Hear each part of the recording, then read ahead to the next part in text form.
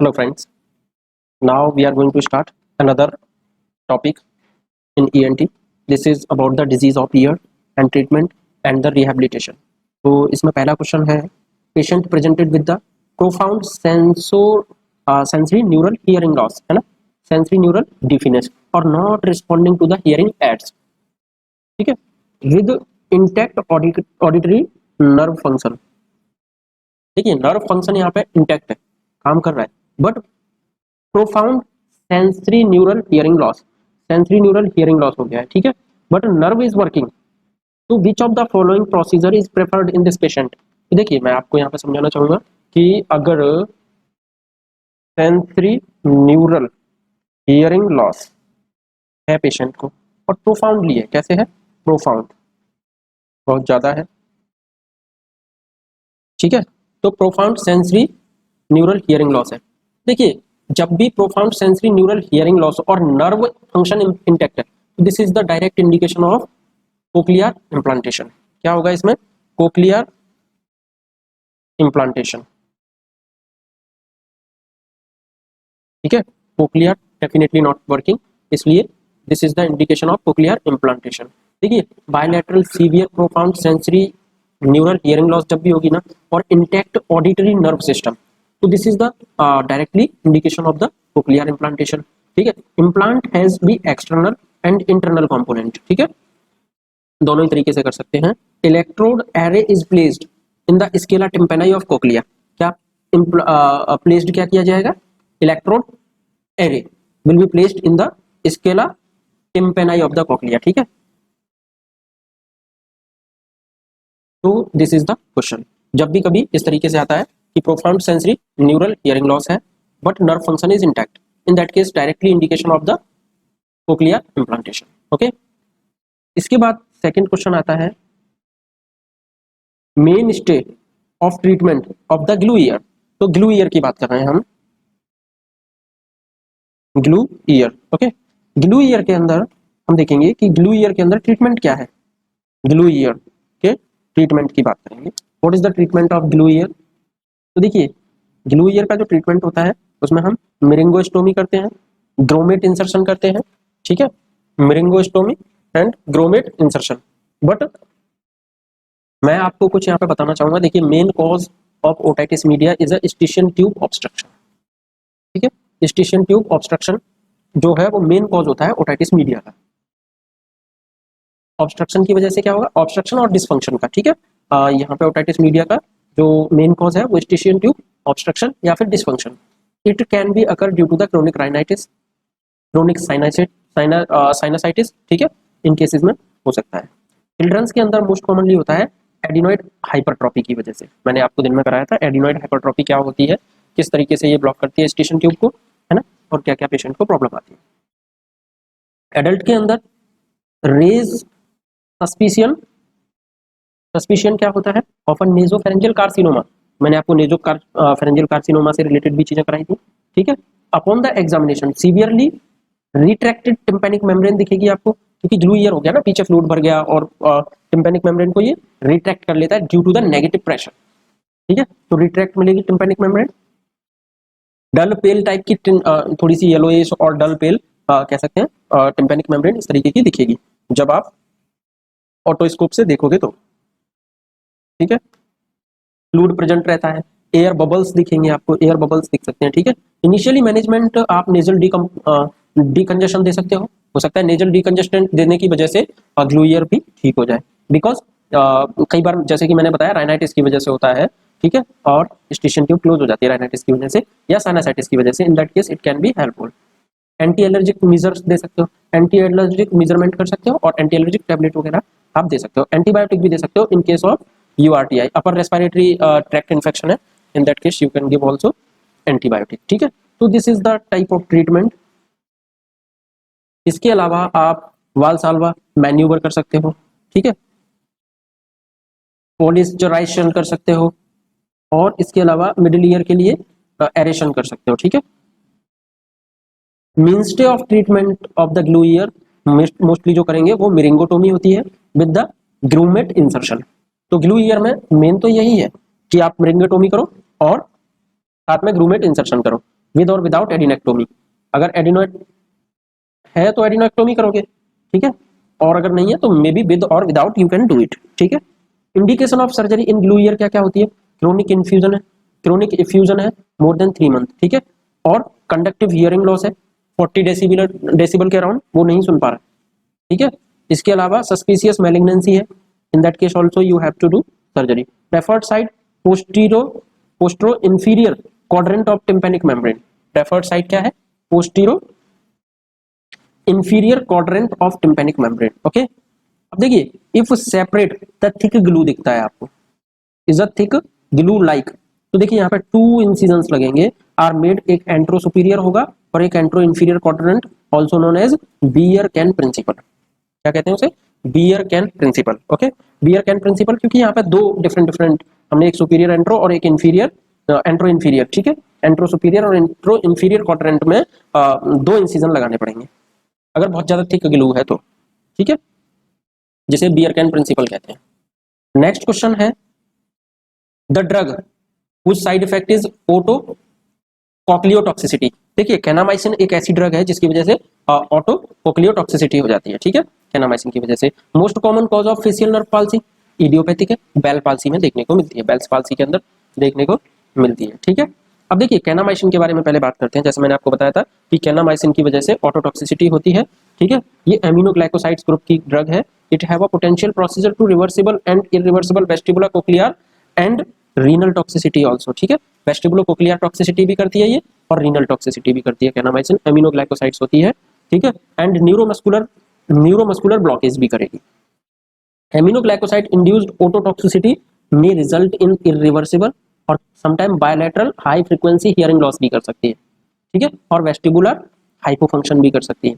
And high pitch tinnitus देखने को मिलेगा। High pitch tinnitus is the first symptom of the cochlear toxicity. जब भी कोक्लियर टॉक्सिसिटी होती है तो उसके अंदर क्या मिलेगा आपको? हाई पिच टिनिटस, ठीक है। कोक्लियर टॉक्सिसिटी का फर्स्ट सिम्टम ही होता है high pitch tinnitus. Drug like amikacin की वजह से हो सकता है, नियोमाइसिन की वजह से हो सकता है, कैनामाइसिन की वजह से हो सकता है, specially cochlear toxic more than vascular toxic, ठीक है, followed by vascular toxic.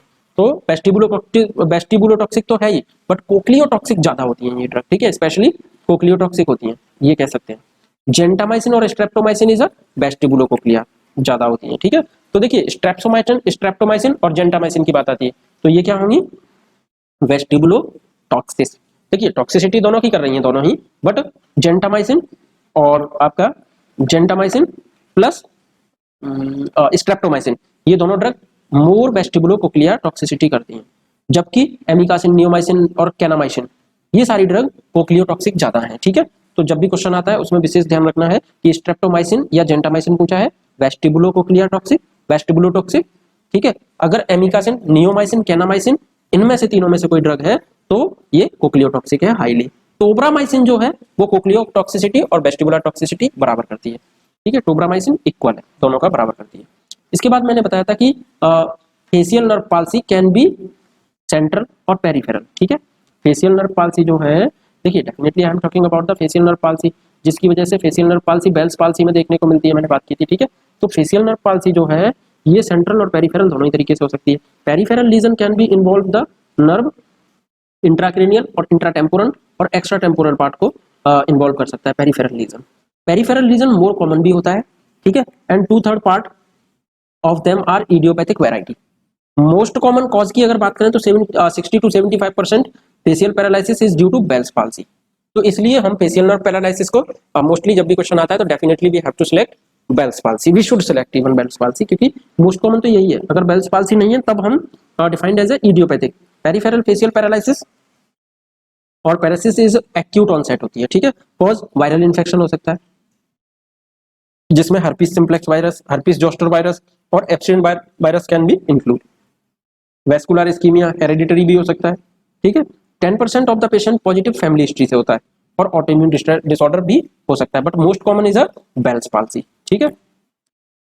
Next question है, flamingo pink appearance of tympanic membrane otosclerosis के अंदर दिखता है। हम किसकी बात कर रहे हैं? Flamingo pink appearance. Flamingo pink appearance में किसमें दिखेगा? ऑटोस्क्लेरोसिस में। ऑटोस्क्लेरोसिस में। ओके, अब देखिए इसके बाद नेक्स्ट क्वेश्चन है ear pain, tinnitus and vertigo along with feeling of the blocked ear feature, ये किस में देखने को मिलेगा? इसे कहते हैं कॉस्टन सिंड्रोम। ठीक है, जब ये तीनों चीजें आपको एक साथ दिखेंगी, ईयर पेन, टिनिटस, वर्टाइगो, और साथ में ऐसा लगेगा जैसे कान ब्लॉक है, ठीक है, तो ये कॉस्टन सिंड्रोम होगा। क्या होगा? Cost and syndrome. ठीक है, तो कॉस्टन सिंड्रोम को याद रखना है। इसमें क्या क्या होगा? ईयर पेन,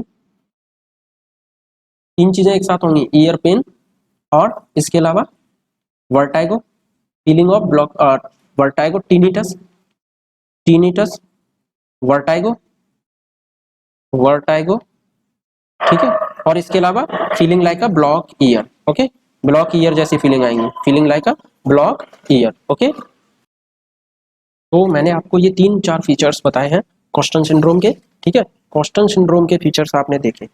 ओके, तो कौन से फीचर्स हैं? Ear pain, tinnitus, vertigo and block ear. Okay, ये ध्यान रखना। इसके अलावा एक और सिंड्रोम होता है, that is called Gradenigo syndrome, Gradenigo's syndrome. ठीक है, ग्रेडिंगोस सिंड्रोम, ग्रेडिंगोस सिंड्रोम के अंदर क्या होगा? ग्रेडिंगोस सिंड्रोम जो होता है, it is a severe form of petrositis. ठीक है, ये क्या है? सीवियर फॉर्म है पेट्रोसाइटिस की। It is the severe form of petrositis. Okay, it is the severe form of petrositis. Complication of otitis media, this is the complication of otitis media, involve fifth cranial nerve. तो Gradenigo syndrome के अंदर fifth cranial nerve involve होती है, याद रखना, it can be a MCQ. ठीक है, fifth cranial nerve involve होगी इसके अंदर, ग्रेडिंगो सिंड्रोम के अंदर। Okay, fifth cranial nerve and sixth cranial nerve also, fifth and sixth cranial nerve involve होती हैं ग्रेडिंगो सिंड्रोम के साथ में। और इसमें देखने को मिलेगा आपको ईयर डिस्चार्ज, ईयर डिस्चार्ज। ठीक है, ईयर डिस्चार्ज के अलावा आप क्या देखोगे इसमें? Diplopia, diplopia due to the sixth cranial nerve involvement. ठीक है, डिप्लोपिया। तो जब भी डिप्लोपिया साथ में दिया है तो समझ लेना this is the Gradenigo syndrome. Gradenigo syndrome में क्या दिखेगा आपको? Petrositis, severe condition of the petrositis है ये, fifth and sixth cranial nerve involve होती हैं एक साथ, तो ईयर डिस्चार्ज तो है ही, उसके साथ साथ आपको दिखेगा डिप्लोपिया। ठीक है, this is the case of Gradenigo syndrome. और रिट्रो ऑर्बिटल पेन भी दिखेगा, retro orbital pain, retro orbital pain. ठीक है, ऑर्बिटल पेन। अब देखिए रिट्रो ऑर्बिटल पेन क्यों है? Due to involvement of fifth cranial nerve. ठीक है, तो ये सारी चीजें दिखेंगी। तो हमने दो सिंड्रोम देखे। फर्स्ट सिंड्रोम हमने देखा कॉस्टन सिंड्रोम, कॉस्टन सिंड्रोम के अंदर क्या था? आई पेन। कॉस्टन सिंड्रोम के अंदर आपने तीन चीजें देखी, आई पेन, टिनिटस, वर्टाइगो और block, year block like condition. ठीक है, this is the cost and syndrome. Cost and syndrome के अलावा देखिए कॉस्टन सिंड्रोम जो है ये टेम्पोरो मैंडिबुलर जॉइंट एबनॉर्मलिटी की वजह से होता है। लेकिन अगर मैं ग्रेडिंगो सिंड्रोम की बात करूं तो this is the severe form of petrositis, it is a complication of otitis media. Please don't forget about it, it is a complication of otitis media because examiner can also ask like this कि Gradenigo syndrome is a complication of which disease? This is a complication of otitis media.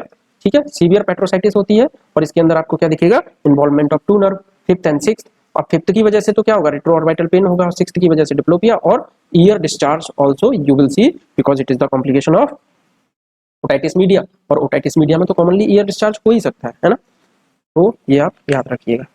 अब इसके बाद आपने ये दोनों ही syndrome देख लिए, कॉस्टो और ग्रेडिंगो सिंड्रोम। इसके बाद a patient present with the symptom of facial palsy and Bulla on the tympanic membrane and meatus. ठीक है, टिम्पैनिक मेम्ब्रेन एंड मिएटस के ऊपर क्या है? बुल्ला बना हुआ है, फेशियल पाल्सी है, तो ये क्या है? ये रामसे हंट सिंड्रोम है। रामसे हंट सिंड्रोम में क्या दिखेगा आपको? Ramsay Hunt syndrome, it is due to the herpes zoster, herpes zoster oticus बोलते हैं इसको, क्या बोलते हैं? Herpes zoster oticus. ठीक है, तो आपको पता है हर्पीस जोस्टर के अंदर आपको क्या दिखता है? हर्पीस जोस्टर के अंदर तो ब्लिस्टर्स फॉर्म होते ही हैं, ठीक है, बुल्ला बनता ही है। तो यहाँ पे हम बात कर रहे हैं Ramsay Hunt, Ramsay Hunt syndrome. ठीक है, अब ये रामसे हंट सिंड्रोम है, इसके अंदर आपने क्या दिक्कत क्या आती है? इसके अंदर सबसे पहले आपने फीचर्स देखे रामसे हंट सिंड्रोम के अंदर, तो फीचर दो चीज होंगे, फेशियल नर्व पाल्सी होगी और फेशियल नर्व पाल्सी के साथ साथ बुल्ला दिखेगा on the tympanic membrane. Seventh nerve cranial nerve palsy ठीक है। सेवेंथ क्रेनियल नर्व पाल्सी के अलावा आपको क्या दिखेगा, बुल्ला। बुल्ला कहाँ पे दिखेगा, टिम्पैनिक मेम्ब्रेन पे, टिम्पैनिक मेम्ब्रेन पे। तो देखिए आपको पता है हर्पीस जोस्टर के अंदर सेवेंथ क्रेनियल नर्व पाल्सी भी हो जाती है और बुल्ला भी बन जाएगा, ठीक है। तो it is a due to herpes zoster, ठीक है। Herpes zoster oticus condition which is characterized by the appearance of vesicles on the tympanic membrane, ठीक है। और डीप मीएटस और retro auricular sulcus and concha को भी इन्वॉल्व कर लेता है ये। Herpes zoster oticus involves the facial nerve and the condition called Ramsay Hunt syndrome. देखिए अगर ये फेशियल नर्व को इन्वॉल्व कर लेगा तभी हम इसको रामसे हंट सिंड्रोम बोलेंगे, ठीक है। रामसे हंट सिंड्रोम बोलेंगे। अब देखिए मैं यूजुअली आपको थोड़ी सी चीजें बता देता हूँ, इसके अंदर आप ट्रीटमेंट क्या दोगे, ट्रीटमेंट क्या चलेगा। अब प्रॉब्लम क्या है, हर्पीस जोस्टर, तो acyclovir is a treatment, acyclovir is a treatment, ठीक है। प्लस साथ में आपको स्टीरॉइड देनी होगी, स्टीरॉइड, ओके। तो स्टीरॉइड्स के साथ में ट्रीटमेंट चलेगा एसाइक्लोविर, ठीक है, रामसे हंट सिंड्रोम के अंदर। अब देखिए बेल्स पाल्सी की हमने बात की थी, इट इज यूजुअली इडियोपैथिक होती है, ठीक है, और हेरिडिटरी भी हो सकती है, इन्फेक्टिव भी हो सकती है ना। It is always diagnostic of occlusion exclusion. और दूसरा हमने बात करी थी मेरिंजाइटिस बुल्लोसा। देखिए मेरिंजाइटिस बुल्लोसा के अंदर क्या होता है, myringitis bullosa is a painful condition characterized by formation of the haemorrhagic blebs on the tympanic membrane. तो याद रखिएगा कि जब भी टिम्पैनिक मेम्ब्रेन के ऊपर हेमरेजिक ब्लैब्स की बात आती है ऑन द टिम्पैनिक मेम्ब्रेन और डीप मीएटस इन्वॉल्व होता है, फेशियल नर्व भी इन्वॉल्व है, उसे हम मेरिंजाइटिस बुल्लोसा कहेंगे। अब देखिए हालांकि रामसे हंट सिंड्रोम जो है उसके अंदर भी तो फेशियल नर्व इन्वॉल्व है, बुल्ला भी बना हुआ है टिम्पैनिक मेम्ब्रेन पर, बट हीमरेज नहीं है। अगर हीमरेजिक हो जाता है ना यही सारे फीचर, ठीक है, तब हम कहेंगे इसे मेरिंजाइटिस बुल्लोसा। क्या बोलेंगे फिर, मेरिंजाइटिस बुल्लोसा। अब मेरिंजाइटिस बुल्लोसा के अंदर समथिंग सेम सिचुएशन है रामसे हंट सिंड्रोम की तरह, पेनफुल कंडीशन होगी, ठीक है। फॉर्मेशन ऑफ हीमरेजिक ब्लैब्स, बस ये ध्यान रखिएगा, अगर हीमरेजिक ब्लैब फॉर्म्स हो रहे हैं तो मेरिंजाइटिस बुल्लोसा है, अगर हीमरेजिक नहीं है ओनली बुल्ला फॉर्म हो रहा है, ठीक है, और ब्लैब्स भी फॉर्म हो रहे हैं बट नॉट हीमरेजिक और टिम्पैनिक मेम्ब्रेन इन्वॉल्व है एंड डीप मीएटस और the facial nerve is also involve but very less likely कह रहा है, अगर बहुत वेरी लेस, ठीक है, facial nerve involve but very less, तो मिरिंगो बुल्लोसा। जबकि फेशियल नर्व इन्वॉल्व होने के बाद ही हम उसको रामसे हंट सिंड्रोम बोलते हैं, ठीक है। इसके अलावा एक सिंड्रोम और है दैट इज मील कैरसन सिंड्रोम। क्या बोलेंगे, मील कैरसन सिंड्रोम, मैं यहां लिख देता हूं मील, ठीक है, कैरसन सिंड्रोम। मील कैरसन सिंड्रोम के अंदर आप क्या देखोगे, ये एक इडियोपैथिक कंडीशन है, ठीक है, विद द ट्रेड। देखिए इसमें आपको ध्यान रखना है ट्रेड, ठीक है, और ट्रेड क्या होगा, उस ट्रेड को हम यहाँ पे लिखते हैं, उसी से आप इसको पहचानोगे कि it can be a Melkersson syndrome. Melkersson syndrome के अंदर जो ट्रेड होगा वो होगा recurrent facial nerve paralysis, recurrent facial nerve paralysis, ठीक है, paralysis, recurrent facial nerve paralysis is the first thing, है ना। Second lip swelling, lip swelling, ठीक है, लिप स्वेलिंग आपको इसके अंदर दिखेगी, लिप स्वेलिंग। और तीसरी चीज है फिशर्ड टंग। क्या होगा, फिशर्ड टंग। अगर फिशर्ड टंग साथ में आ गई, दिस इज द, देखिए यहाँ पे लिप स्वेलिंग, फिशर्ड टंग और सेवेंथ क्रेनियल नर्व की रिकरेंट पैरालिसिस, ठीक है। तो ये मेलकर्सन सिंड्रोम है। क्या है ये, मेलकर्सन सिंड्रोम, याद रखिएगा this is about the Melkersson syndrome, okay. तो हमने यहाँ पे मेलकर्सन सिंड्रोम देखा और हमने क्या देखा इसके अलावा, मेरिंजाइटिस बुल्लोसा देखा जिसमें हेमरेजिक इन्वॉल्वमेंट होता है, ब्लैब्स, ठीक है, हेमरेजिक ब्लैब होते हैं। हमने कॉस्टन सिंड्रोम देखा, कॉस्टन सिंड्रोम के अलावा हमने क्या देखा, ग्रेडिंगो सिंड्रोम, ठीक है। तो ये कई सारे हमने सिंड्रोम देखे, रामसे हंट सिंड्रोम देखा, बेल्स पाल्सी देखी हमने, ठीक है, हर्पीस ओटिकस भी देखा, ओके।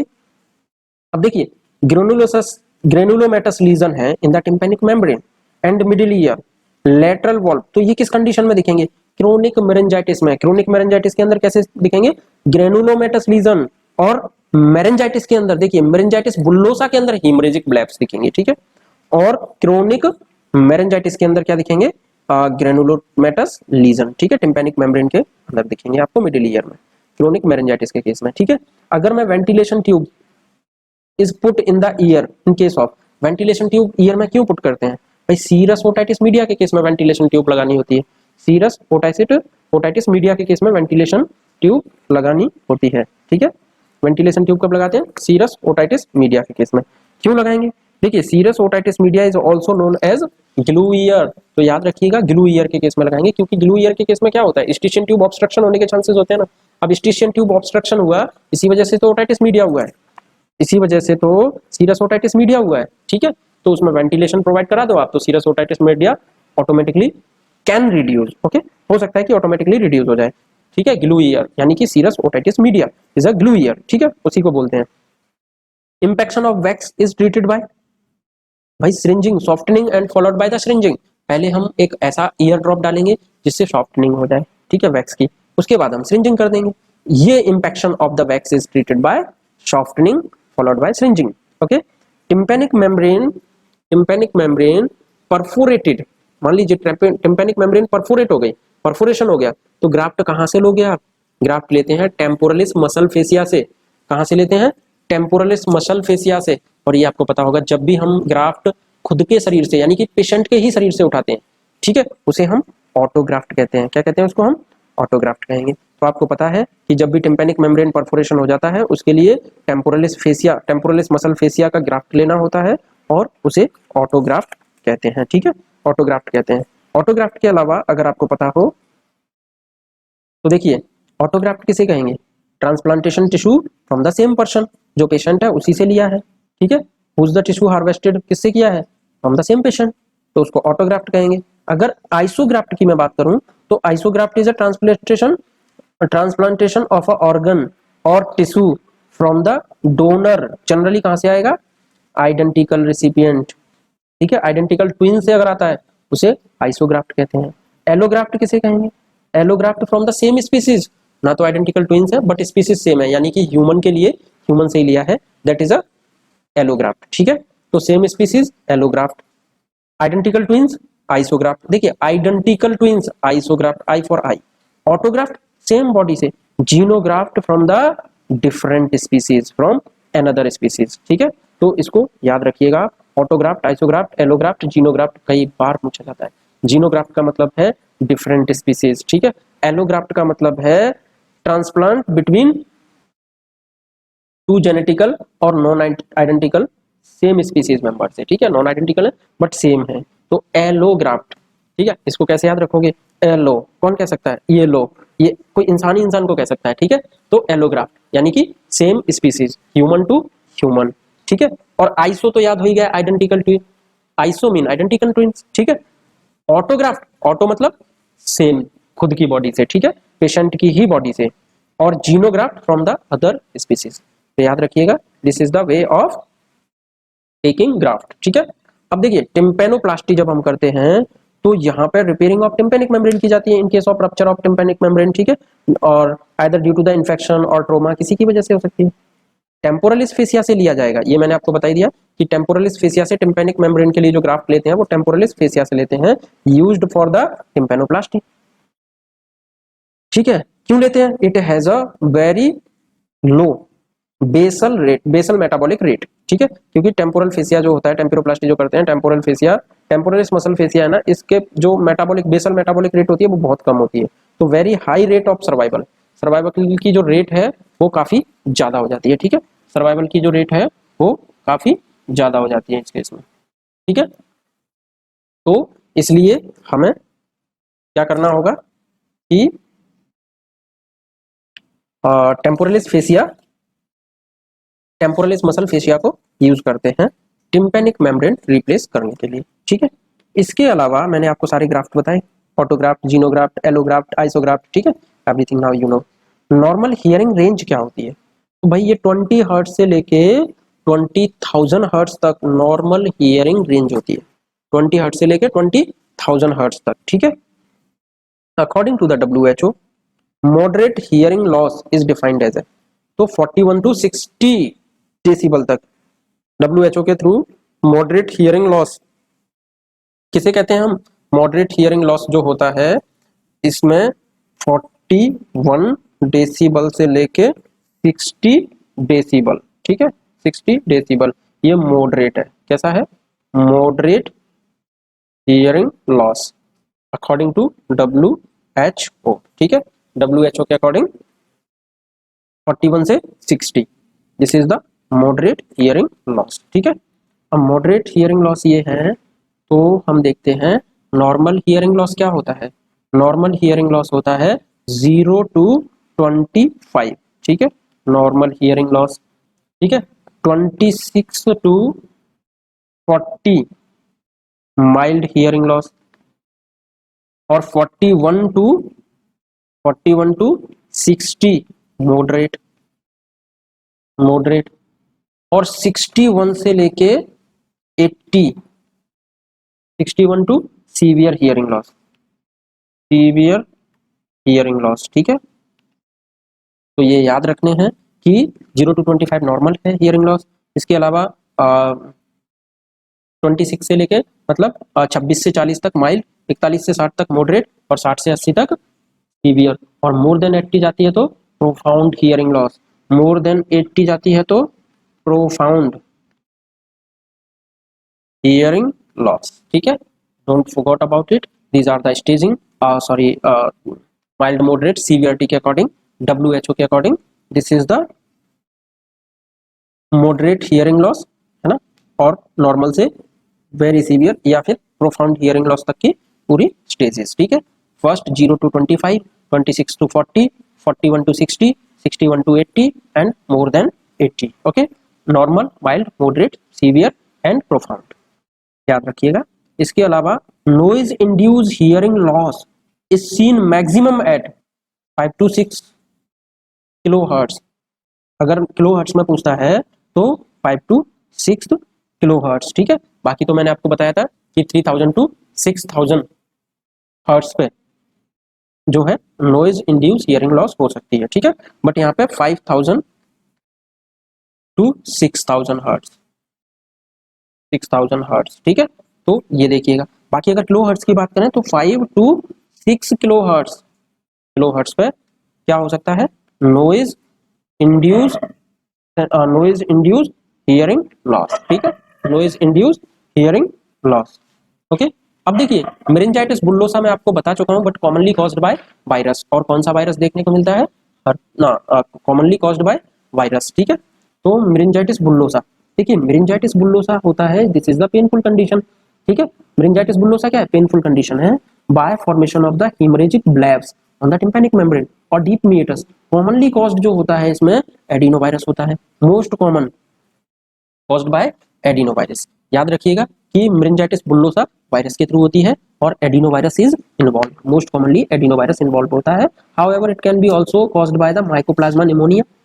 ठीक है, बट माइकोप्लाज्मा निमोनिया से ज्यादा ये मोस्ट कॉमनली देखने को मिलता है एडिनो वायरस की वजह से। Another similar disease entity also, है ना, मेनिंजाइटिस बुल्लोसा जो है it is non specific granulations on the outer surface of tympanic membrane.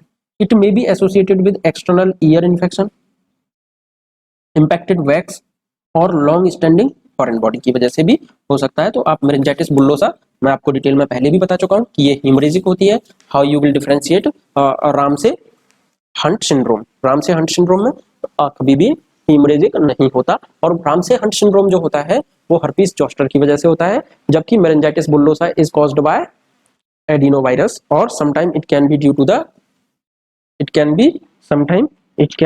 the mycoplasma pneumonia. Okay, so don't forget about it, याद रखिएगा। बुल्लोसा meningitis is caused by virus, definitely adeno, कौन सा virus है, adeno virus. ठीक है, तो don't forget about it.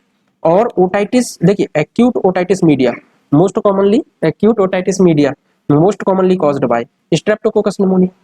Acute otitis media, देखिए जब भी अगर बात ये आती है कि meningitis bullosa is caused by adenovirus और mucoplasma mycoplasma bacteria, mycoplasma pneumonia, ठीक है, इसकी वजह से हो सकता है। लेकिन एक्यूट ओटाइटिस मीडिया तो स्ट्रेप्टोकोकस निमोनिया की वजह से होता है। ठीक है, एक्यूट ओटाइटिस मीडिया किसकी वजह से होगा, स्ट्रेप्टोकोकस निमोनिया की वजह से। Okay, which of the following is reabsorbed in otitis media, क्या रीएब्सॉर्ब्ड हो जाता है, बड़ा डिफिकल्ट सा केस है, क्योंकि यहाँ पे ओटाइटिस मीडिया के अंदर रीएब्सॉर्ब्ड जो होता है दैट इज अ एयर, यहाँ पे एयर का एब्जॉर्प्शन होता है। ओटाइटिस मीडिया के अंदर क्या होगा, एयर का एब्जॉर्प्शन होगा। तो थोड़ा सा यहाँ तक सोच नहीं पहुंचती कि एयर एब्जॉर्प्शन होता है, इसलिए मैंने आपको बताया कि ओटाइटिस मीडिया के अंदर एक्यूट इन्फ्लामेशन होता है है ना, acute inflammation of middle ear, ठीक है, pyogenic organism secondary to the स्टिशियन tube blockage हो सकती है, इसमें मोस्ट कॉमन कॉज है इसका स्टिशियन ट्यूब ब्लॉकेज, ठीक है, ओटाइटिस मीडिया का most common cause Eustachian tube blockage, it may be due to the infection और सम टाइप ऑफ साइनसाइटिस वगैरह कुछ भी हो सकता है, ठीक है। टिम्पैनिक मेम्ब्रेन परफोरेशन हो सकता है इसके अंदर। स्टेजेस ऑफ ओटाइटिस मीडिया की डिफरेंट स्टेजेस भी होती हैं, ओटाइटिस मीडिया किस तरीके से डेवलप होता है उस डेवलपमेंटल स्टेजेस भी होती हैं। तो देखिए first stages stage of tubal occlusion, इसमें इडीमा होगा, हाइपरमिया होगा, नेजोफेरेंजियल एंड पे ऑफ द स्टिशियन ट्यूब, ठीक है, ब्लॉक हो जाएगी और it lead to the absorption of air, और इसकी वजह से ब्लॉकेज होने की वजह से एयर का एब्जॉर्प्शन हो जाएगा, और एयर का एब्जॉर्प्शन होते ही नेगेटिव टिम्पैनिक प्रेशर क्रिएट हो जाएगा, जो कि टिम्पैनिक मेम्ब्रेन को क्या करेगा, रिट्रैक्ट करेगा, टिम्पैनिक मेम्ब्रेन को क्या करेगा, रिट्रैक्ट करेगा with the handle of malleus, malleus का हैंडल भी रिट्रैक्ट हो जाएगा साथ में। अब इसके बाद आती है ब्लॉकेज के बाद क्या आएगा, सेकंड स्टेज, सेकंड स्टेज, तो वो सेकंड स्टेज क्या है, सेकंड स्टेज है प्री सुपुरेशन स्टेज, क्या है, प्री सुपुरेशन स्टेज। देखिए ये pre suppuration stage, it is a prolonged suppuration lead to the growth of pyogenic organism causing the appearance of inflammatory exudates, ठीक है। तो सेकंड जो सुपुरेटिव स्टेज है, प्री सुपुरेटिव स्टेज है, इसके अंदर क्या दिखेगा, इन्फ्लेमेटरी एक्सुडेट, ठीक है, और इसी के अंदर जो टिम्पैनिक मेम्ब्रेन है वो कैसी दिखती है, लाइक अ कार्ट व्हील, ठीक है, cart wheel tympanic membrane otitis media के अंदर दिखेगी in the stage of pre suppurative stage के अंदर, ठीक है, appearance of tympanic membrane like a cart wheel, ठीक है। स्टेज थर्ड प्री सुपुरेशन के बाद सुपुरेशन स्टेज, सुपुरेशन स्टेज के अंदर क्या होगा, फॉर्मेशन ऑफ पस, बहुत ज्यादा पस बन जाएगा, marked formation of pus in the middle ear, okay, and same extend to the mastoid air cells. अब यहाँ पे से पस यहाँ से कहां तक पहुंच जाएगा, मेस्टोइड एयर सेल तक उतर जाएगा, ठीक है, करेक्टराइज्ड बाय द रेड और बल्जिंग टिम्पैनिक मेम्ब्रेन, क्योंकि बहुत ज्यादा पस बन गया ना, तो रेड और बल्जिंग हो जाएगी टिम्पैनिक मेम्ब्रेन, ठीक है, टिम्पैनिक मेम्ब्रेन बल्ज कर जाएगी with loss of landmark, X-ray shows the clouding of air cells, ठीक है। इसके बाद आती है फोर्थ स्टेज, फोर्थ स्टेज, तो फर्स्ट स्टेज क्या थी, tubal occlusion, second stage pre suppuration, third stage suppuration stage, अब फोर्थ स्टेज आती है, fourth stage is a stage of resolution, ठीक है। स्टेज ऑफ रिजोल्यूशन के अंदर क्या होगा, टिम्पैनिक मेम्ब्रेन रप्चर हो जाएगी, ठीक है, रप्चर ऑफ टिम्पैनिक मेम्ब्रेन, अब पस रिलीज हो जाएगा, पस बाहर आ जाएगा, ठीक है, सबसाइड ऑफ सिम्टम्स, सिम्टम्स भी सबसाइड होने लग जाएंगे, ठीक है, characterized by the small perforation antero inferior quadrant of the pars tensa, कहां पे होगा ये परफोरेशन, पार्स टेंसा के ऊपर, ठीक है, याद रखिएगा परफोरेशन कहां होगा, in the antero inferior quadrant में, जहां पे क्या होता है, pars tensa. Stage of complication, stage of complication है लास्ट फिफ्थ स्टेज, ठीक है, ये क्या है, if resolution doesn't take place, अगर मान लीजिए रेजोल्यूशन नहीं होता है, टिम्पैनिक मेम्ब्रेन नहीं ब्लास्ट होती है, रप्चर नहीं होती है, in that case what happen, ये स्प्रेड करेगा क्या, कॉजिंग द मेस्टोइडाइटिस, अब यहाँ पे मेस्टोइडाइटिस हो जाएगी, और मेस्टोइडाइटिस जैसे हुई, मेस्टोइड एरिया पूरा क्या होगा, इन्फ्लेम्ड, और मेस्टोइड एरिया इन्फ्लेम्ड होगा तो क्या होगा, फेशियल पैरालिसिस, ठीक है, क्या हो जाएगा, फेशियल नर्व, फेशियल पैरालिसिस, ठीक है, और पेट्रोसाइटिस, और it can lead to the meningitis, petrositis and it can lead to the meningitis. तो resolution stage is most important, ठीक है, रिजोल्यूशन स्टेज अगर नहीं होती है तो क्या हो जाएगा, स्टेज ऑफ कॉम्प्लिकेशन शुरू हो जाएगी, ठीक है, स्टेज ऑफ कॉम्प्लिकेशन शुरू हो जाएगी। तो आप समझ सकते हो कि ओटाइटिस मीडिया कितना डेंजर हो सकता है अगर कॉम्प्लिकेटेड कंडीशन में पहुंच जाए तो, ठीक है। इसके बाद देखिए नेक्स्ट क्वेश्चन है हमारे पास, according to the TOS classification the chronic otitis media in which stage is retraction of pocket adhesion to the handle of malleus, ठीक है, full extend of retraction of pocket can be clearly seen, तो भाई ये कौन सी stage है, this is the second stage. Why it is the second stage, हमने तो अभी बात करी थी कि जब ऑब्स्ट्रक्शन हो जाता है फर्स्ट स्टेज के अंदर, फर्स्ट स्टेज जो ट्यूबल ऑक्लूजन स्टेज है, इसी के अंदर रिट्रैक्शन हो जाता है टिम्पैनिक मेम्ब्रेन का भी हैंडल ऑफ मेलिलस, लेकिन अब हम जिस स्टेजिंग की बात कर रहे हैं that staging is called TOS staging, otitis media की, और इसमें ये होता है सेकंड स्टेज के अंदर, ठीक है। तो याद रखिएगा according to the TOS staging, TOS staging के अकॉर्डिंग इसमें देखिए पार्स फ्लैसिडा रिट्रैक्शन, मैं थोड़ा सा TOS स्टेजिंग को आपको बताता हूं। फर्स्ट स्टेजिंग में TOS स्टेजिंग में क्या होता है, फर्स्ट TOS स्टेजिंग, अब मैं किसकी बात कर रहा हूं, TOS स्टेजिंग, याद रखिएगा हमने अभी जो स्टेजिंग की थी उसमें रिट्रैक्शन और handle of malleus retraction first stage में हो रहा था ट्यूबल ब्लॉकेज के में, सेकंड स्टेज उसमें क्या थी, उसमें सेकंड स्टेज थी स्टेज ऑफ प्री सुपुरेशन। उसके अंदर क्या हो रहा था, प्री सुपुरेशन के अंदर suppuration lead to the growth of pyogenic organism, जिसकी वजह से pus formation, exudate inflammation, exudate run हो रहा था, ठीक है। फिर हमने टिम्पैनिक मेम्ब्रेन का कार्ड व्हील अपीयरेंस दिख रहा था, that was also into the pre suppurative, ठीक है, स्टेज।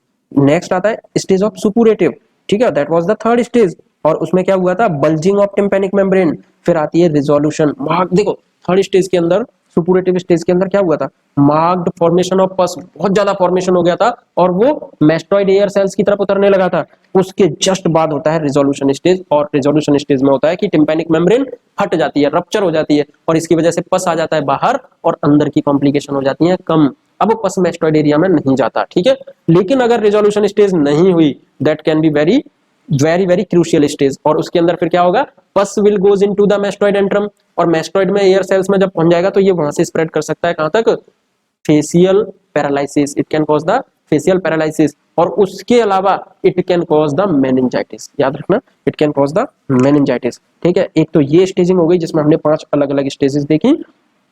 अब नेक्स्ट स्टेजिंग है, that is called, next staging कौन सी है, वो है टीओएस स्टेजिंग। अब हम टीओएस स्टेजिंग की बात कर रहे हैं, तो देखिए फर्स्ट स्टेज के अंदर क्या होगा, यहाँ पे pars flaccida is dimpled, pars flaccida जो टिम्पैनिक मेम्ब्रेन के ऊपर है ये डिम्पल्ड होगा, more retracted than normal, normal से ज्यादा रिट्रैक्टेड हो जाएगा, but it is not adhesion to malleus, यहाँ पे एडिशन नहीं हो रहा। सेकंड स्टेज के अंदर क्या होगा, retraction pocket adhesion, handle of malleus, और full extent of retraction pocket can be clearly seen, can be clearly seen, और एडरेंट भी हो जाएगा। सेकंड स्टेज के अंदर देखिए फर्स्ट में रिट्रैक्शन भी दिखा हमको, कई चीजें दिखी, ठीक है, पॉकेट रिट्रैक्शन हुआ, लेकिन handle of Méliès was separate in first stage. Second stage के अंदर हैंडल ऑफ मेलियस जो है वो जुड़ गया, उसका एडिशन हो गया, क्लियरली दिख रहा है पॉकेट रिट्रैक्शन। थर्ड स्टेज के अंदर क्या होगा, तो भैया थर्ड स्टेज के अंदर क्या होगा, this is the part of retraction of pocket may be hidden, there may be associated with erosions of outer attic walls, ठीक है, जिसे कहते हैं स्कूटम, स्कूटम बॉल का इरोजन हो जाएगा, ठीक है। और फोर्थ स्टेज के अंदर क्या होगा, the stage there is a definite, मतलब बहुत ज्यादा इरोजन हो जाएगा, और आउटर एटिक वॉल्व का बहुत ज्यादा इरोजन हो चुका होगा, और एक्सटेंड और retract pocket, retraction pocket can not be clearly seen, क्योंकि यहाँ पे क्या हुआ है, as the most of the hidden part of the view, hidden form of the view, यहाँ पे हिडन फॉर्म थोड़ी सी ज्यादा देखने को मिलती है, ठीक है। तो ये है टीओएस स्टेजिंग, याद रखिएगा, these are the TOS staging, okay, TOS staging. इसके बाद हम देखते हैं next question, all extracranial complication of chronic otitis media, सारी ही एक्स्ट्राक्रेनियल है, तो कौन सी है एक्स्ट्राक्रेनियल, देखिए ऑसिकुलर डैमेज हो सकता है, पेट्रोसाइटिस हो सकती है, ग्रेडिंगो सिंड्रोम भी हो सकता है, ठीक है, ये सारी ही क्या है, ये एक्स्ट्राक्रेनियल है। बट अगर लेटरल साइनस थ्रोम्बोफ्लेबाइटिस हो जाए तो ये इंट्राक्रेनियल है। क्रोनिक ओटाइटिस मीडिया की इंट्राक्रेनियल कॉम्प्लिकेशन क्या है, लेटरल साइनस थ्रोम्बोफ्लेबाइटिस, ठीक है। इसके अलावा अगर हम थोड़ी सी और देख लेते हैं इंट्राक्रेनियल और एक्स्ट्राक्रेनियल कॉम्प्लिकेशंस पे ध्यान देते हैं ओटाइटिस मीडिया की, क्रोनिक ओटाइटिस मीडिया की। तो देखिए इंट्राक्रेनियल में मैंने आपको एक बताया था कि मेनिंजाइटिस हो जाएगी, लेटरल साइनस थ्रोम्बोफ्लेबाइटिस हो जाएगी, सब ड्यूरल एप्सिस हो सकती है, एक्स्ट्रा ड्यूरल एप्सिस हो सकती है, ओटाइटिस हाइड्रोसेफेलस भी हो सकता है, सेरिब्रल एप्सिस भी हो सकती है, सेकंड मोस्ट कॉमन है सेरिब्रल एप्सिस, मोस्ट कॉमनली मेनिंजाइटिस देखने को मिलती है जो मैंने अभी बताई थी, ठीक है।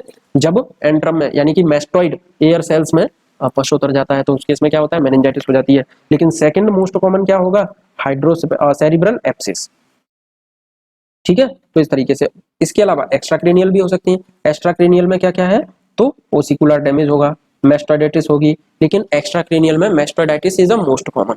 जैसे मैंने बताया था कि मेस्टोइड एयर सेल्स में पस उतरता है तो मोस्ट कॉमनली तो सबसे पहले वही होगा ना, तो मेस्टोइडाइटिस इज अ मोस्ट कॉमन। इसके अलावा ग्रेडिंगो सिंड्रोम हो सकता है, ठीक है, लेब्रेंथाइन फिस्टुला बन सकता है, लेब्रेंथाइनाइटिस हो सकती है, पेट्रोसाइटिस हो सकती है, फेशियल नर्व पाल्सी भी हो सकती है, that I have also told you, जो मैंने आपको ऑलरेडी बता दिया है, ठीक है।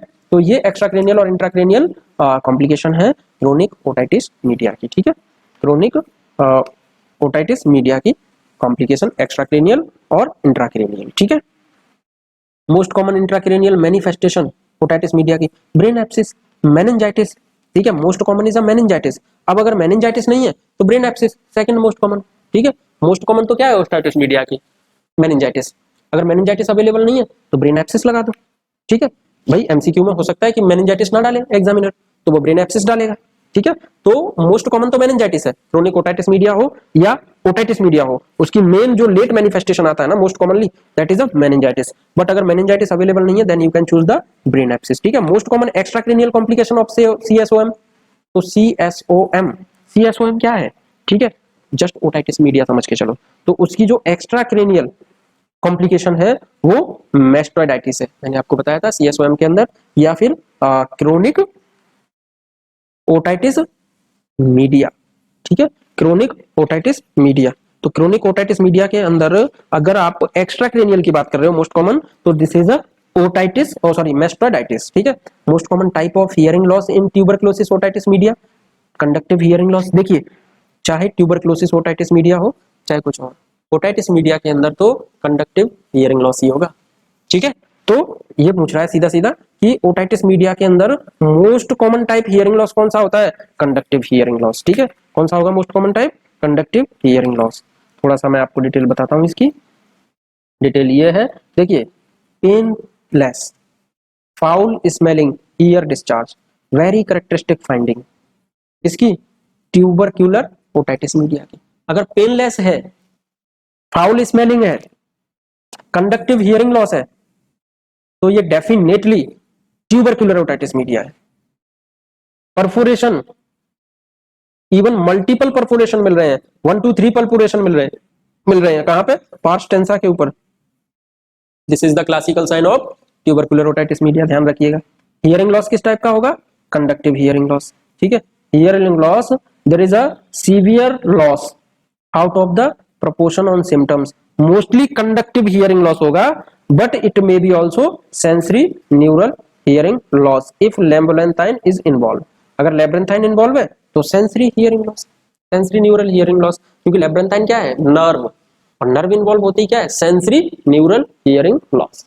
और अगर नर्व इन्वॉल्व नहीं है देन कंडक्टिव हियरिंग लॉस। और ओटाइटिस मीडिया ट्यूबरक्लोसिस के अंदर मोस्ट कॉमनली जो देखने को मिलता है that is a conductive hearing loss. But how you will feel कि ये ट्यूबरक्लोसिस ओटाइटिस मीडिया है, तो उसमें पेनलेस स्वेलिंग होगी, ईयर डिस्चार्ज होगा, परफोरेशन मल्टीपल दिखेंगे, ठीक है, और सेंसरी न्यूरल हियरिंग लॉस या फिर कंडक्टिव हियरिंग लॉस कुछ भी हो सकता है। तो ट्रीटमेंट क्या करेंगे, तो वही चलेंगे सिस्टमिक एंटी ट्यूबरक्लोरल थेरेपी जिस तरीके से देते हैं, और ऑल्सो लोकल ट्रीटमेंट भी करेंगे, ठीक है, फ्रॉम द ओरल टॉयलेट, और इसमें क्या होगा, and control the secondary pyogenic infection also, mastoid surgery, ठीक है, mastoid surgery also can be done, याद रखना, mastoid surgery also can be done, ठीक है, mastoid surgery also can be done. इसके अलावा हम नेक्स्ट क्वेश्चन देखते हैं।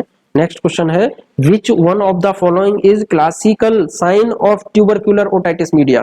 तो क्लासिकल साइन क्या है ट्यूबरक्यूलर ओटाइटिस मीडिया का, भाई multiple perforation of the pars tensa, ठीक है। ट्यूबरक्यूलर ओटाइटिस मीडिया का जो क्लासिकल साइन है वो ये है कि मल्टीपल परफोरेशन मिलेंगे, ठीक है, मल्टीपल परफोरेशन मिलेंगे पार्स टेंसा के ऊपर। Which of the following ear ossicle is a first get affected in otitis media, तो long process of incus, otitis media के अंदर सबसे पहले कौन सा पार्ट अफेक्ट होता है, तो long process of the incus, याद रखिएगा, long process of the incus सबसे पहले अफेक्ट होता है ओटाइटिस मीडिया के अंदर, ठीक है। और ग्रेडिंगो सिंड्रोम में तो मैंने आपको बताया ही है कि 5th और 6th nerve cranial nerve involve होती हैं, इसी की वजह से उसमें डिप्लोपिया और रेट्रो ऑर्बिटल पेन देखने को मिलता है, ठीक है। तो ये आप याद रखिएगा, ग्रेडिंगो सिंड्रोम के अंदर 5th और 6th नर्व इन्वॉल्वमेंट होता है, ठीक है, 5th और 6th नर्व इन्वॉल्वमेंट होता है, ठीक है। इसमें नेक्स्ट क्वेश्चन है, which is the component of Gradenigo syndrome, तो देखो अर्ली डिस्चार्ज होगा, डबल विजन होगा डिप्लोपिया, और रेट्रो ऑर्बिटल पेन होगा, बट एक चीज याद रखिएगा, ग्रेडिंगो सिंड्रोम के अंदर डिफिनेस नहीं होती, हियरिंग लॉस नहीं होता, ठीक है, हियरिंग लॉस कॉमनली आपको नहीं देखने को मिलेगा ग्रेडिंगो सिंड्रोम के अंदर, ओके, डिफिनेस नहीं होगी। विच of the positive organism for malignant otitis externa, तो देखिए मैलिग्नेंट ओटाइटिस एक्सटर्ना जो होता है ये बैक्टीरिया की वजह से होता है, ठीक है, किसकी वजह से होता है, बैक्टीरिया की वजह से। और मैलिग्नेंट ओटाइटिस एक्सटर्ना, वो एक्सटर्ना जो होता है ये सूडोमोनास बैक्टीरिया की वजह से होगा, किसकी वजह से, सूडोमोनास इन्फेक्शन की वजह से होगा। और डायबिटिक पेशेंट में ज्यादा देखने को मिलता है, diabetic and patient on the immune compromise therapy, कई बार पेशेंट स्टीरॉइड ले रहा होता है, और कोई भी ऐसी चीज जिसकी वजह से उसकी इम्यूनिटी डिक्रीज हो जाती है, जिसकी वजह से सूडोमोनास की वजह से मैलिग्नेंट ओटाइटिस मीडिया हो जाता है। ठीक है, तो आप याद रखिएगा। लेकिन early manifestation resembles diffuse otitis externa, तो ओटाइटिस एक्सटर्ना में अर्ली जो सिम्टम्स दिखेंगे, it is a patient have a severe pain. याद रखिएगा, ट्यूबरक्लोसिस के अंदर that was not pain, painless था, मल्टीपल परफोरेशन थे, है ना, पार्स टेंसा के ऊपर, that was the classical sign. Okay, but अगर हम बात करें कि ओटाइटिस एक्सटर्ना की सूडोमोनास की वजह से हो रही है, इसमें अर्ली मैनिफेस्टेशन क्या होगा, डिफ्यूज ओटाइटिस एक्सटर्ना के अंदर severe pain and appearance of the granulation in the meatus. Okay, infection and aetiology of the ear canal. तो देखिए, फंगल हो सकता है, वायरल हो सकता है, बैक्टीरियल हो सकता है। तो पहले बैक्टीरियल देखते हैं। तो बैक्टीरियल में होता है localise otitis externa, diffuse otitis externa, malignant otitis externa, जिसमें मैंने आपको बता दिया मैलिग्नेंट ओटाइटिस एक्सटर्ना जो है ये सूडोमोनास की वजह से होगा। ठीक है, डिफ्यूज ओटाइटिस एक्सटर्ना भी होगा, और लोकलाइज ओटाइटिस एक्सटर्ना भी बैक्टीरिया की वजह से होगा। फंगल की वजह से होता है ओटोमाइकोसिस, फंगल की वजह से क्या होगा, ओटोमाइकोसिस। याद रखिएगा, ओटोमाइकोसिस का केस आता है और कॉज पूछता है उसका, देन फंगल इन्फेक्शन, ओटोमाइकोसिस। ठीक है, वायरल में herpes zoster oticus, herpes zoster oticus, और ओटाइटिस एक्सटर्ना हीमोरेजिका। याद रखिएगा, otitis externa haemorrhagica, otitis externa haemorrhagica, haemorrhagica this is due to the virus. और किसकी वजह से ज्यादा होती है, एडिनो वायरस की वजह से हीमोरेज होता है। ठीक है, मैं पहले भी आपको बता चुका हूं, है ना। अब इसके बाद हम लोग आगे बढ़ते हैं और नेक्स्ट क्वेश्चन देखते हैं। नेक्स्ट क्वेश्चन है कि अगर मैलिग्नेंट ओटाइटिस एक्सटर्ना हुआ है, हमको पता है बैक्टीरिया की वजह से होता है, सूडोमोनास की वजह से होता है। क्वेश्चन यहाँ ये नहीं है, क्वेश्चन ये है कि नर्व कौन सी इन्वॉल्व होगी, तो seventh cranial nerve, facial nerve will involve. अब बात आती है कि Ramsay Hunt syndrome is due to, मैं आपको पहले ही डिस्क्रिप्शन दे चुका हूं, सारी चीजें बता चुका हूं। रामसे हंट सिंड्रोम में क्या क्या आपको दिखेगा, और हर्पीस जोस्टर वायरस की वजह से होता है, इसी वजह से आपको क्या दिखेगा, बुल्ला दिखेगा, हियरिंग लॉस दिखेगा, टिम्पैनिक मेम्ब्रेन के ऊपर बुल्ला दिखेगा। ठीक है, और ये क्या कहाँ होता है, रामसे हंट सिंड्रोम के अंदर, रामसे हंट सिंड्रोम के अंदर। ठीक है, इसके अलावा what will be the probable site of legion causing the slowly progressive facial palsy, slowly progressive facial palsy किसके अंदर होगी, जेनिकुलेट गैंग्लियन में। देखिए यहाँ पे पूछा है कि लीजन कहाँ पे होगा जिसकी वजह से slowly and progressive facial palsy होगी। तो ये मैंने कई बार पहले भी बताया हुआ है आपको कि जब भी जेनिकुलेट गैंग्लियन पे लीजन आता है तो जो प्रोग्रेसिव फेशियल पाल्सी रहती है वो बहुत स्लो होगी। कैसी होगी, बहुत स्लो होगी। तो जेनिकुलेट लीजन जब भी होगा, ठीक है, जेनिकुलेट गैंग्लियन का लीजन होगा तो पाल्सी बहुत स्लो होगी, फेशियल। नेक्स्ट क्वेश्चन है हमारा, देखिए मैंने आपको ये बताया कि अगर लीजन जेनिकुलेट गैंग्लिया में है तो जो पाल्सी होगी प्रोग्रेसिवली फेशियल पाल्सी बहुत स्लो होगी, धीरे धीरे होगी। ठीक है, याद रखिएगा। इसके बाद है स्वार्ट्स साइन। ठीक है, स्वार्ट्स साइन, ये कहाँ दिखता है स्वार्ट्स साइन, तो स्वार्ट्स साइन दिखता है हमें ओटोस्क्लेरोसिस के अंदर। याद रखिएगा, ओटोस्क्लेरोसिस के अंदर, ऑटोस्क्लेरोसिस के अंदर क्या दिखेगा, स्वार्ट्स साइन दिखेगा। और मैंने आपको एक चीज बताई थी, कैट हार्ट नोच, क्या बताया था, कार हार्ट नोच, कार हार्ट नोच किसमें दिखता है, इसका जो डिप्स एट कितने पे डिप कर जाता है, तो 2000 हर्ट्स पे। ठीक है, कार हर्ट्स नोच जो होगा वो 2000 डिप्स पे होगा, 2000 हर्ट्स पे होगा। ठीक है, which is the following earliest and consistent symptom of the glomus tumour. तो ग्लूमस ट्यूमर के अंदर सिम्टम्स क्या आएगा, मैं बात कर रहा हूँ ग्लूमस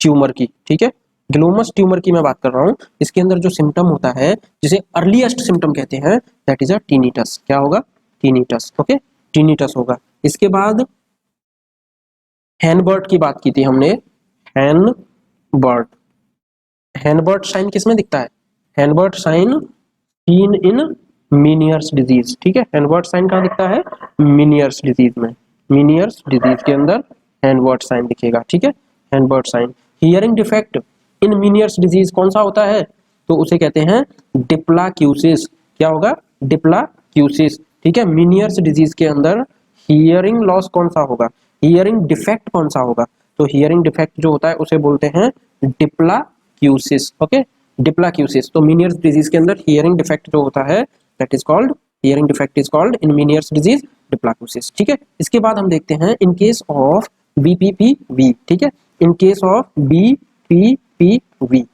विच सेमी सर्कुलर कैनाल अफेक्टेड, इसके अंदर कौन सी सेमी सर्कुलर कैनाल अफेक्ट होती है? तो इसके अंदर posterior posterior semi circular canal. ठीक है, सेमी सर्कुलर कैनाल अफेक्ट होती है। Okay, semi circular canal affect होगी। ठीक है, तो बीपीपीवी बीपीपीवी के अंदर कौन सी सेमी सर्कुलर कैनाल अफेक्ट होगी? Posterior semi circular canal. ठीक है, इसके अलावा referred pain in the year is commonly from, कहां से आता है? ईयर के अंदर जब भी रेफर्ड पेन आएगा, ईयर के अंदर जब भी रेफर्ड पेन आएगा तो ये आता है टंग से। ठीक है, और mostly carcinoma of tongue, tongue CA के केस में आएगा। ठीक है, कार्सिनोमा ऑफ टंग का जो रेफर्ड पेन है वो कहां पहुंचेगा? ईयर में पहुंचेगा। ट्रॉटर ट्रेड मैंने आपको बताया था, ट्रॉटर्स ट्रेड याद हो आपको? तो मैंने आपको ट्रॉटर्स ट्रेड बहुत पहले मैं ऑलरेडी आपको बता चुका हूं, ट्रॉटर्स ट्रेड। ठीक है, ट्रॉटर ट्रेड के अंदर कौन सी तीन चीजें आपको दिखेंगी? तो फर्स्ट ट्राइजेमिनल न्यूरोलजिया। ठीक है, ट्राइजेमिनल न्यूरोलजिया। ठीक है, न्यूरोलजिया, ट्राइजेमिनल न्यूरोलजिया दिखेगा। कंडक्शन डिफिनेस दिखेगी। क्या दिखेगा? कंडक्शन डिफिनेस। ठीक है, कंडक्शन डीफनेस ऐसे बोल सकते हैं। कंडक्शन हियरिंग लॉस दिखेगा और सेंसरी न्यूरल हियरिंग लॉस दिखेगा। सेंसरी न्यूरल हियरिंग लॉस दिखेगा। तो ये तीन चीजें आपको ट्रॉटर्स ट्रेड के अंदर दिखेंगी। ठीक है, ट्रॉटर्स ट्रेड के अंदर ये तीन चीजें आपको दिखती हैं। विच of the following is most common prominent symptom of acoustic neuroma? Acoustic neuroma में क्या दिखेगा आपको? Definitely sensory neural hearing loss आपको एकॉस्टिक एकॉस्टिक न्यूरोमा में भी दिखेगा। ठीक है, एकॉस्टिक न्यूरोमा में भी दिखेगा। ओके, एकॉस्टिक न्यूरोमा में आपको क्या दिखेगा? Sensory neural hearing loss. इसके अलावा नेक्स्ट क्वेश्चन है विच of the following is a feature of adenoid hypertrophy? तो देखो एडिनॉइड हाइपरट्रॉफी में क्या होगा? एक तो बच्चे का मुंह हमेशा कैसा रहेगा? ओपन, तो open mouth, open mouth. Adenoid hypertrophy में ओपन माउथ दिखेगा। और क्या दिखेगा? Dull expression, dull expression. Okay, pinched up nose, क्या दिखेगा? Pinched up nose, pinched up nose. ये सब क्या है? These all are the feature of adenoid hypertrophy, adenoid hypertrophy। ठीक है, हाइपरट्रॉफी, एडिनॉइड हाइपरट्रॉफी के अंदर ये सारे फीचर्स आपको दिखेंगे। देखिए एडिनॉइडेक्टोमी, एडिनॉइडेक्टोमी किस केस में कॉन्ट्राइंडिकेटेड होती है? डेफिनेटली क्लेफ्ट पैलेट में। एडिनॉइड हाइपरट्रॉफी के अंदर हम क्या करते हैं? एडिनॉइडेक्टोमी करते हैं, एडिनॉइडेक्टोमी करते हैं। But adenoidectomy is contraindicated in cleft palate, cleft palate. ठीक है, क्लेफ्ट पैलेट के अंदर एडिनॉइडेक्टोमी नहीं करेंगे। ओके, तो इंडिकेशन ऑफ एडिनोइडेक्टोमी किसके अंदर? इंडिकेशन क्या है एडिनोइडेक्टोमी की? ठीक है, एडिनोइडेक्टोमी एलर्जिक राइनाइटिस में भी नहीं करेंगे। ठीक है, एलर्जिक राइनाइटिस में भी नहीं करेंगे, राइनाइटिस। ठीक है, एलर्जिक राइनाइटिस के अंदर भी नहीं करेंगे। तो किस किस में करेंगे? इंडिकेशंस क्या है? अब मैं देखता हूं इंडिकेशन, इंडिकेशन क्या क्या है? तो इंडिकेशन क्या होंगी? Obstructive sleep apnea. इंडिकेशन, तो इंडिकेशन क्या क्या होंगी? Obstructive sleep, obstructive sleep apnea, obstructive sleep apnea. ठीक है, अगर ऑब्स्ट्रक्टिव स्लीप एपनिया होता है definitely it is the indication of adenoidectomy. ठीक है, एडिनोइडेक्टोमी की इंडिकेशन है। इसके अलावा recurrent glue ear, recurrent glue ear. ठीक है, ग्लू ईयर, अगर रिकरेंट ग्लू ईयर होता है, बार बार ग्लू ईयर हो रहा है, definitely we have to do remove the adenoid hypertrophy. Okay, prior to orthodontic treatment, किसके लिए? Prior to orthodontic treatment. ठीक है, इसके लिए भी these are the indication of, these are the indication of adenoidectomy. ठीक है, एडिनोइडेक्टोमी इस केस में करेंगे। देखिए एडिनोइडेक्टोमी जब हम करेंगे तो with grommet, grommet insertion is the treatment of choice in this which case? अगर मान लीजिए किसी को सीरस, सीरस ओटाइटिस मीडिया है, serous otitis media, media in children. ठीक है, इन चिल्ड्रन। ठीक है, और इसको सीरस ओटाइटिस मीडिया को हम क्या बोलते हैं? डेफिनेटली ग्लू ईयर, ठीक है, ग्लू ईयर, बात एक ही है, ठीक है। तो इस केस में क्या करेंगे? एडिनोइडेक्टोमी तो करेंगे ही, एडिनोइडेक्टोमी करेंगे, प्लस उसके साथ साथ हम क्या करेंगे? ग्रोमेट इंसर्शन करेंगे, ग्रोमेट इंसर्शन, ठीक है, ग्रोमेट इंसर्शन भी करेंगे इसके साथ साथ। तो ये आप याद रखिएगा। मान लीजिए आपके पास एक 5 साल का बच्चा है, ठीक है, और वो आपकी क्लिनिक में आता है, कंप्लेन है रिकरेंट रेस्पिरेटरी ट्रैक्ट इन्फेक्शन, और